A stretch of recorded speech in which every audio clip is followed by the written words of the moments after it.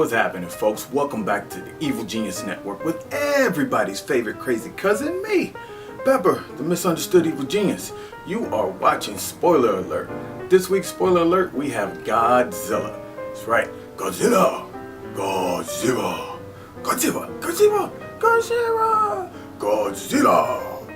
But before we get into destroying Godzilla, we have our weekly installment of You Can't Pay Me to Watch That Shit. This week's installment includes The Other Woman. That's right, this is some shit you can't pay me to watch. It's three girls, they figure out that their man is cheating on them, and instead of dumping them, they all band together to get this dude. Stars Cameron Diaz, that one white girl with the big titties, and then that other funny white girl who plays the funny wife in every funny movie not named Tina Fey. Yeah. You can tell from the preview how this movie begins, middle, and ends.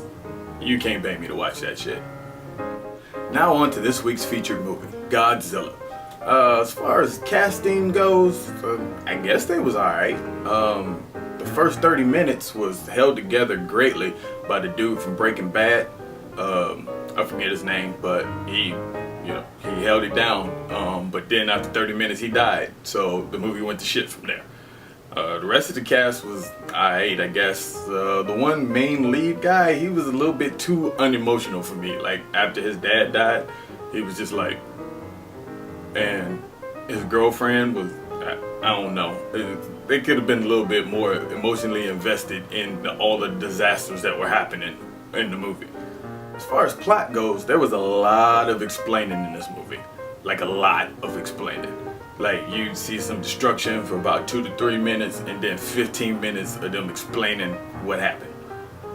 And then they explain where the monsters came from, then they explain why Godzilla wanted them, then they explain how they tried to kill him in the 50s, and then they explained how the radiation was what they wanted and they fed off of, and they explained why Godzilla didn't like any of the other monsters, and then they explained how his girlfriend got pregnant, and then they explained how they was going to destroy some more shit. I was like, okay, there was way too much explaining going on and less monsters wrecking shit. Bullshit ability. The main character in this movie, how come no matter where he went, the monster was already a step ahead of him and going everywhere he was going to go? Secondly, after we first see the bad monster, all of a sudden he comes out and they're like, alright, you're one of the few top secret people that knows what's going on. The whole rest of the world doesn't know anything about this yet, but we're going to put you on a commercial flight back to your wife and kids. Not some top secret military shit. No, we're going to put you on Delta. You're just going to go ahead and fly back to your wife. Be quiet, okay? What? The next major bullshit ability aspect of it was the nuclear weapons. They was just tossing these things around like you play catch with your kids. Like, they would just grab a nuclear bomb, the monster would, and like just toss it around. It wouldn't explode. No. They would just toss it. It got knocked off of a train into a river. All kinds of stuff happened. It was just, just nuclear weapons. Don't worry about them. We'll just bang them around. It's cool.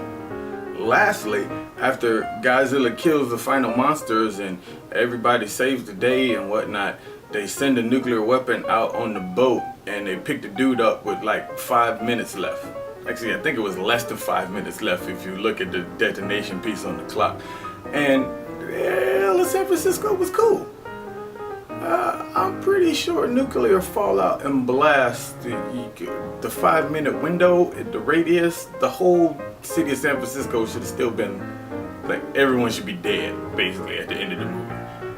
Godzilla, all the fish on the Pacific Ocean, everybody should be dead.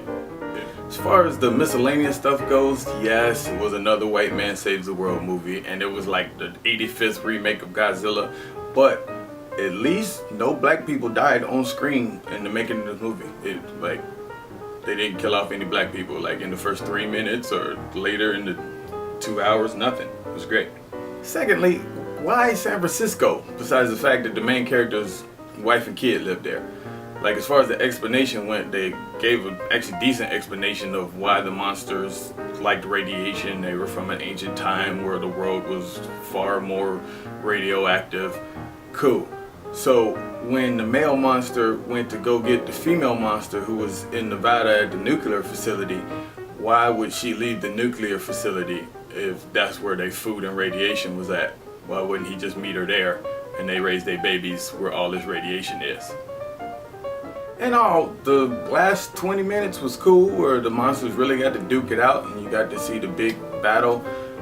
Even though all of this, even if those monsters was real, was completely improbable as far as what the humans was doing, especially with the nuclear weapons. Whatever. I think I liked Cloverfield a little more as far as monster movies go, even though they did no explaining in that at all. I think it just needs a sequel or something. But Godzilla tried to over-explain it and less monsters, so we got to find a happy medium somewhere. I'm gonna have to give this a boot to the grill, but if you're somebody who likes to get high or drink and then go to the movies and just see some monsters break some shit, you'll get a good game. But I'm gonna give it a boot to the grill. Alright? Thank y'all for tuning in once again. This has been Evil Genius Network. Spoiler alert. Next week we'll be doing X-Men 7 or 8. I don't know which one it is anymore. But just check it out. Follow me on Instagram, follow me on Twitter, follow me on Facebook, follow me in life. Deuces.